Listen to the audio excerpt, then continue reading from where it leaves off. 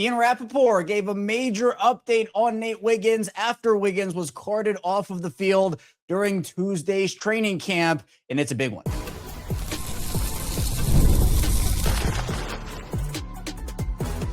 You are Locked On Ravens, your daily Baltimore Ravens podcast. Part of the Locked On Podcast Network, your team every day. You are Locked On Ravens. Welcome into the show. I'm your host, Kevin Oestreicher of Ravens Wire. On today's show, going to be diving into the Ravens cornerback room being put on notice. And that mainly is because, if you haven't heard, Nate Wiggins was carted off of the field during Tuesday's training camp practice. Was a very scary situation. But Ian Rapoport gave a major update on the situation. Literally, I was in the process of recording this episode of Locked On Ravens PM. I usually sometimes get burned by news coming out as I'm recording, so I made sure to refresh social media, and lo and behold, we got an update from Ian Rapoport on the situation. So we'll talk about what happened, the update, and a lot more here. So just for the first level of context of the situation, Nate Wiggins was carted off of the field on Tuesday. He was defending Jacoby Lane in one-on-ones and ended up going down. So, I mean, it was to hear about a really scary situation for Nate. Jeff Zrebiec gave his view of it, saying Ravens cornerback Nate Wiggins was carted off the field about 45 minutes into practice after he went down in the end zone while covering Jacoby Lane in one-on-ones. Looked like left knee/leg, was in a ton of pain, was helped off cart and into the building. Now, at this point, it's been about 4 hours or so, 4.5 hours since that update. Ian Rapoport, just a couple of minutes ago at the time I'm recording this, put out a huge update, and it should be a sigh of relief for everybody related to the Baltimore Ravens. Ian Rapoport reporting no structural damage for Wiggins. Good news for Baltimore. So look, after being carted off the field, being in a ton of pain, kind of hearing the situation around it, this is one of the best case, if not the best case scenario for Nate Wiggins. Still not any other updates at the time I'm recording this and talking to you here, but I mean, this is about as good of an update as we could have gotten for an initial one after Jesse Minter had kind of expressed some optimism in his first answer, on the situation. It felt like he didn't really know what was, going on fully, but, was a little bit transparent in terms. I mean, he said, quote, "Don't have a ton of information yet. We'll get it looked at, see where it's at. I think there's optimism, but again, we'll look at it. We'll see where it's at." He wasn't sure if it's more day to day or week to week. I mean, I'm assuming that if everything goes and Nate doesn't have a serious season-ending injury, I'd assume Nate misses at least a week, maybe more of practice. Hopefully he can be back out there as soon as possible, but the no structural damage component of this, as reported by Ian Rapoport, is absolutely incredible. I mean, it's a huge win. Nate Wiggins, and we'll talk about it a little more in the second part of the show.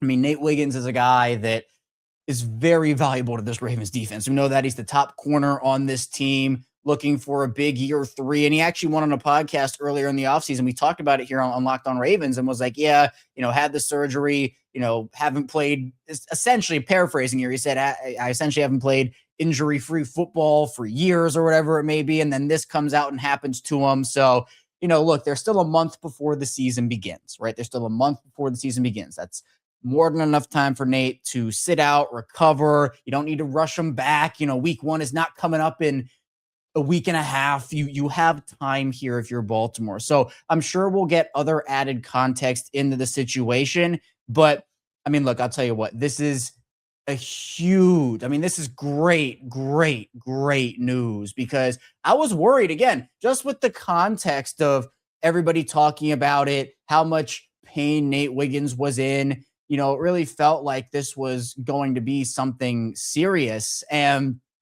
Josh Tolentino of the Baltimore Sun, his view of the situation was, quote, "Ravens cornerback Nate Wiggins appeared to suffer a serious lower body injury in practice this morning and needed to be carted off the field.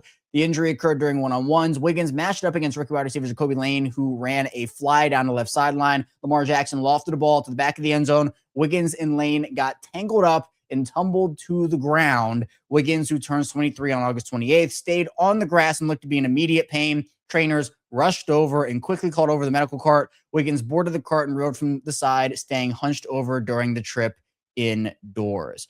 I will say this about the card in training camp. And again, I'm not like diminishing the fact that Nate was injured and was in a lot of pain, but we've heard a lot of guys, especially at the Ravens facility, like they'll bring the card out for guys who get injured because, I mean, at least what the situation is it's a very far walk from the fields to, indoors.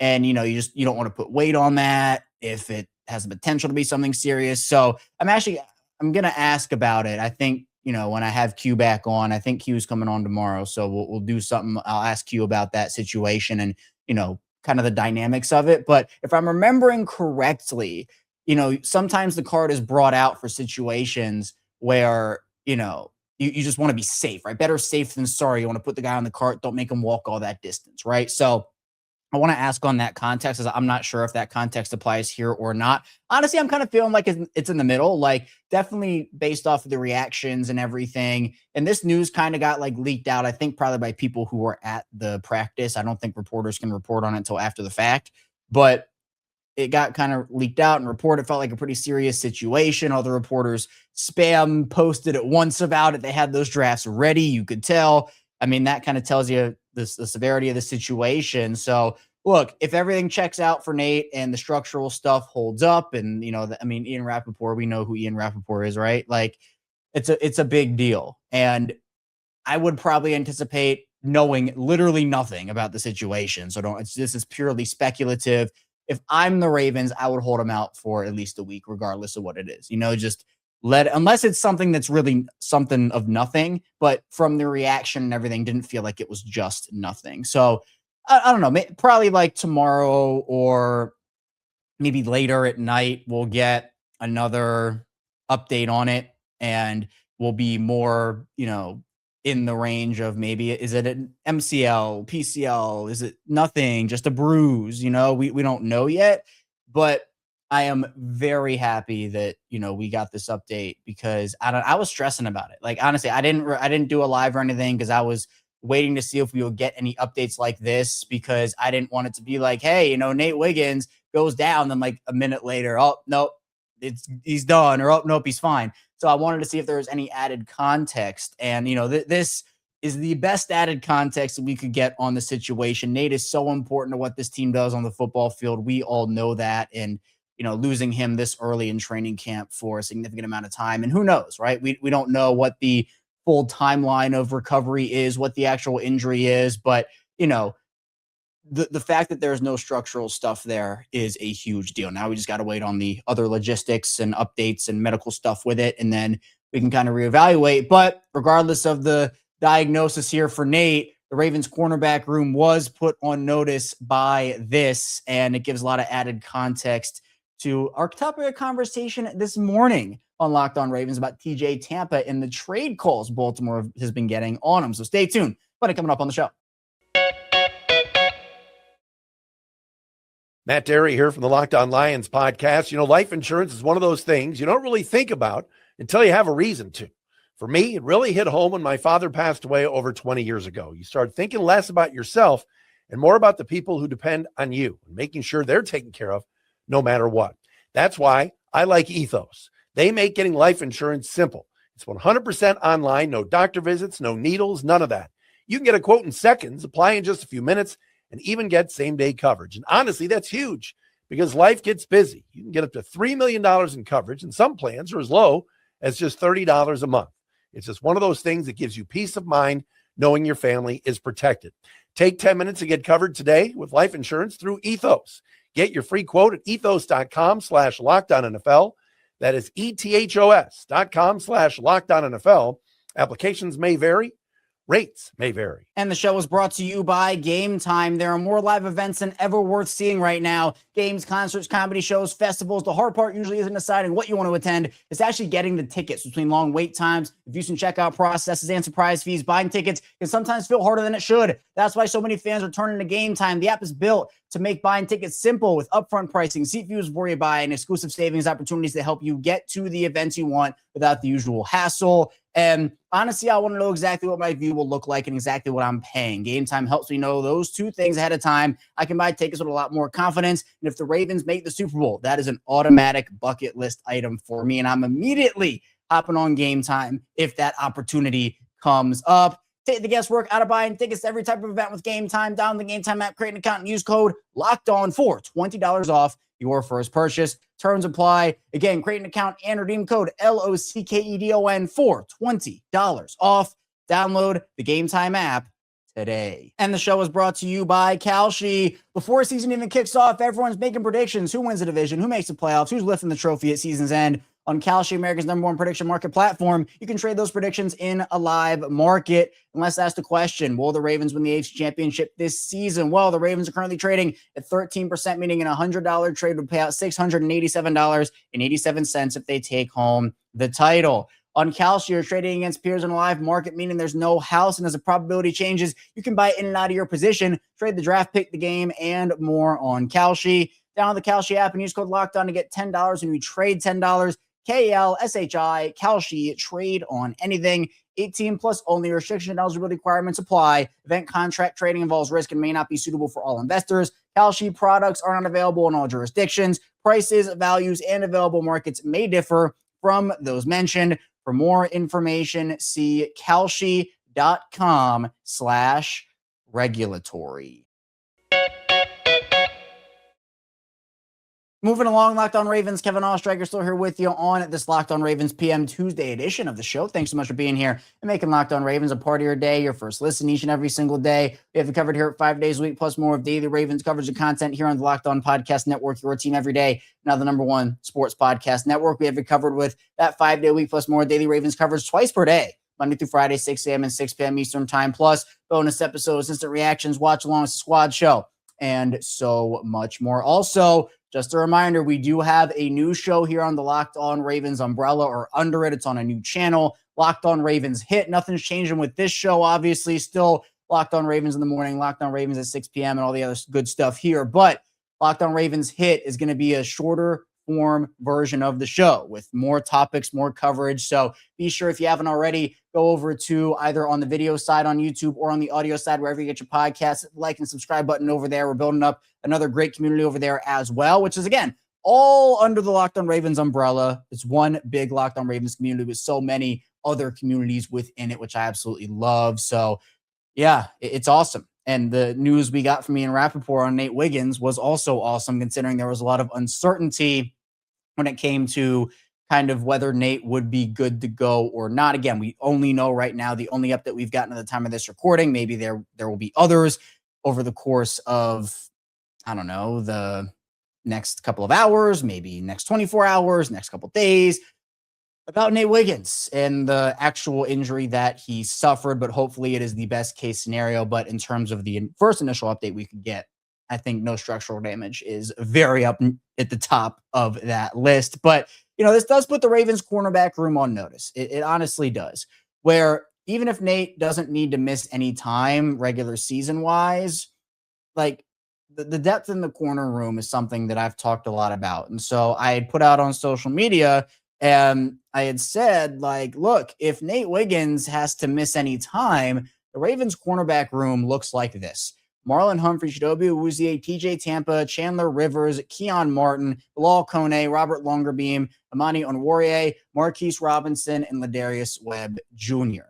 You know, not necessarily overly inspiring, certainly some depth in there. Like, you know, if Marlon can bounce back, Chidobe Awuzie, we know this season he had TJ Tampa, which, again, if you haven't checked out our episode this morning on Locked On Ravens, we talked about the trade calls Baltimore's been getting on TJ Tampa, which kind of came out of nowhere. But if you want to check that out, be sure to go do so. You know, like, you have those three who I'd feel pretty confident in overall. But, you know, Nate is the guy in that room. Like, there are no ifs, ands, or buts about that. And, you know, I'm really just hoping that he can be good to go by the regular season and they don't need to rush him back before week 1, right? And you don't need to. I mean, I don't think Nate's playing in the preseason or anything along those lines. Like, you can just sit him, get him as healthy as possible before week 1. Hopefully it's an injury that, you know, it's not going to linger throughout the entire season. That's kind of my next, like, worry plan order, where it's like, all right, no structural damage. Boom. Love that. But if it's an injury that will linger, I'm not liking that, right? Like the Isaiah Likely foot injury, like, he was able to come back, but, you know, it ended up, he didn't have a great year, all things considered. And there was other context behind that. But that's just like one example, right? Like Lamar's injury, where it's the hamstring stuff and all the lower leg injuries. He came back, but he wasn't Lamar, right? So that's the next thing I'm worrying about. I'm not trying to worry because I'm trying to celebrate. There's no structural damage, but at the same time, I mean, we have to look at every single outcome potentially. There's also the outcome, which is nothing happened in terms of it was just he was in pain. Maybe it was a small bruise or something, and it clears up in a couple days and we're good. So I don't know the situation, but the corner room is so important for Baltimore, and it's honestly part of the reason that Jeff had mentioned that Baltimore wasn't trading away TJ Tampa was their belief in him, obviously, despite getting calls.